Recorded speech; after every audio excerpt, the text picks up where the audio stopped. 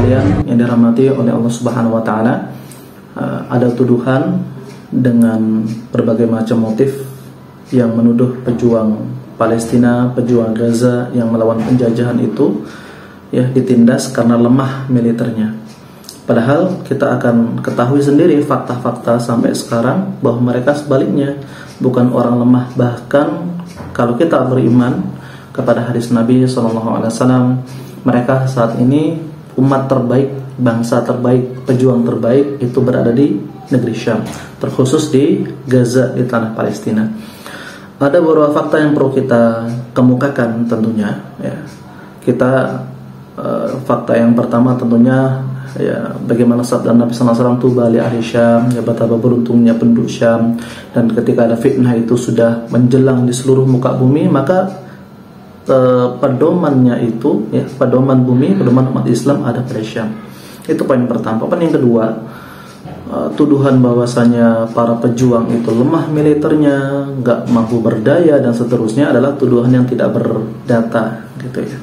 Karena apa? Yang pertama, mereka itu dijajah selama hampir 100 tahun. Itu kalau dihitung dari sebelum Perang Dunia Pertama. Itulah kita hitung setelah Turki Utsmani kalah pada tahun 1918 ya. Kemudian tanah Palestina diambil oleh Inggris dan diberikan kepada pendudukan Zionis Yahudi. Kalau kita ikut resolusi PBB yang membagi Palestina dan membagi Israel menjadi dua negara bagian, berarti sudah hampir dijajah hampir 75 tahun atau lebih gitu. Artinya tidak banyak bangsa yang mampu bertahan dalam periode panjang seperti ini. Panjang nih, 100 tahun itu bukan masa yang pendek dalam bersabar dengan segala keterbatasan gitu. Antum bayangin banyak bangsa-bangsa yang dijajah selama 50 tahun kemudian hilang identitasnya. Australia misalnya dijajah oleh kita tahu sendiri, bangsa dari kulit putih, benua Amerika hampir 100 tahun kemudian hilang. Begitupun negeri-negeri yang kita ketahui, Suriname kemudian Afrika Tengah dan seterusnya. Masa pendudukan itu bukan masa yang singkat, itu masa yang berat. Nah, maka poin pertama ini perlu kita ketengahkan bahwasannya seseorang dijajah dalam masa yang sangat panjang itu bukan hal yang mudah. Maka perlawanan terus dilakukan oleh kaum muslimin. Yang kedua, wilayah Palestina seperti tepi barat itu seenaknya dimasuki oleh polisi dan tentara Israel. Jadi sebelum perang Gaza yang diklaim sebagai peristiwa 7 November itu meletus, tentara prajurit Israel itu bertindak seenaknya, seenak udelnya kemudian menggolimi penduduk yang berada di tepi barat, yaitu wilayah Palestina yang dikuasai oleh Al-Fatah. Sedangkan di Gaza sama sekali tidak ada polisi tentara Israel yang berani masuk. Karena apa? Terbukti ketika para pejuang dengan izin Allah Ta'ala melindungi kaum muslimin, ini bukti bahwa mereka kuat dan dikuatkan oleh Allah Azza wa Jalla. Beda, Gaza itu baru diinvasi nanti setelah 4-5 hari peristiwa 7 November itu. Sedangkan tepi barat setiap waktu diganggu Israel, ditangkap anak-anaknya, dilecehkan wanitanya, digusur rumah-rumahnya. Dan Presiden Mahmud Abbas yang presiden boneka ini hanya sekedar berani mengecam dan seterusnya. Kemudian fakta yang ketiga, yang berikutnya, jalur Gaza itu tidak memiliki polisi ataupun militer. Itu nggak punya. Mereka hanya punya ormas ormas yang memiliki persenjataan dilatih yang hampir 70% persenjataannya itu dibuat homemade dibuat sendiri 70%, dan itu fakta. Makanya sangat luar biasa sebuah ormas. Kita bayangkan ormas itu seperti Banser awal-awal kemunculan melindungi para kiai dan santri dari gangguan PKI dan seterusnya. Ini ormas yang ada di Gaza termasuk Hamas itu memiliki senjata dan mampu melawan militer yang digadang-gadangkan sebagai 10 besar dunia, atau kalau data Research Studies itu masuk peringkat 18 Israel sekarang. Artinya ormas lawan negara gitu, dengan persenjataan 70% homemade buatan sendiri.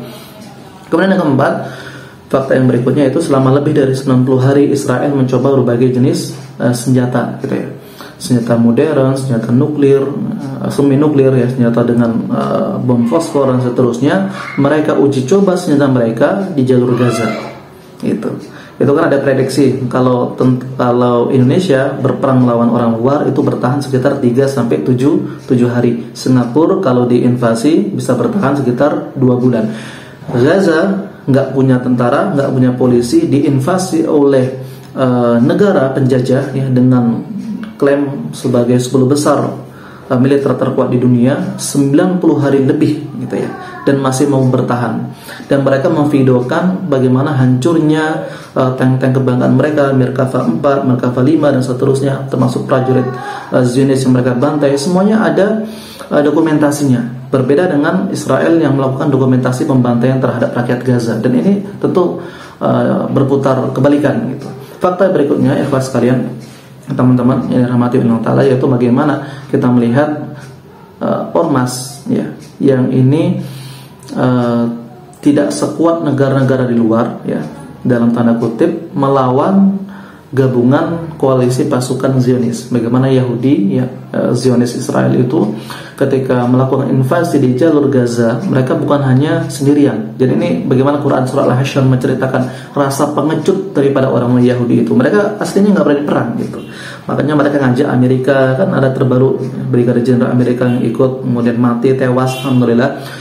Belum lagi tentara bayaran dari Ukraina, tentara bayaran dari Eropa, tentara bayaran dari Afrika dan seterusnya datang ke jalur Gaza, mendaftar sebagai tentara Israel untuk apa? Untuk membunuh penduduk di sana.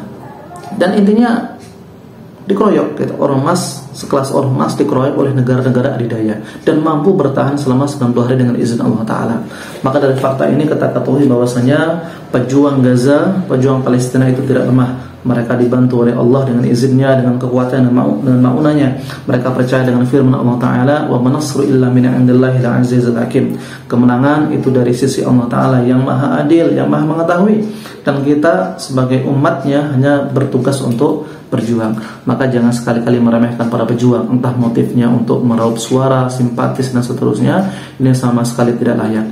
Karena sungguh pejuang ya, yang berada di garda terdepan ya, yang berada di garda terdepan, mereka mulia di sisi Allah Ta'ala. Bahkan debu yang menempel di sepatu mereka itu lebih baik dari amalan yang kita lakukan, amalan sunnah yang kita lakukan sehari-hari. Dan ini teman-teman sekalian rahmatullah Ta'ala, pelajaran bagi kita semua. Jangan sampai kita meremehkan mereka apapun motif dan tujuan yang kita inginkan. Demikian, assalamualaikum warahmatullahi wabarakatuh.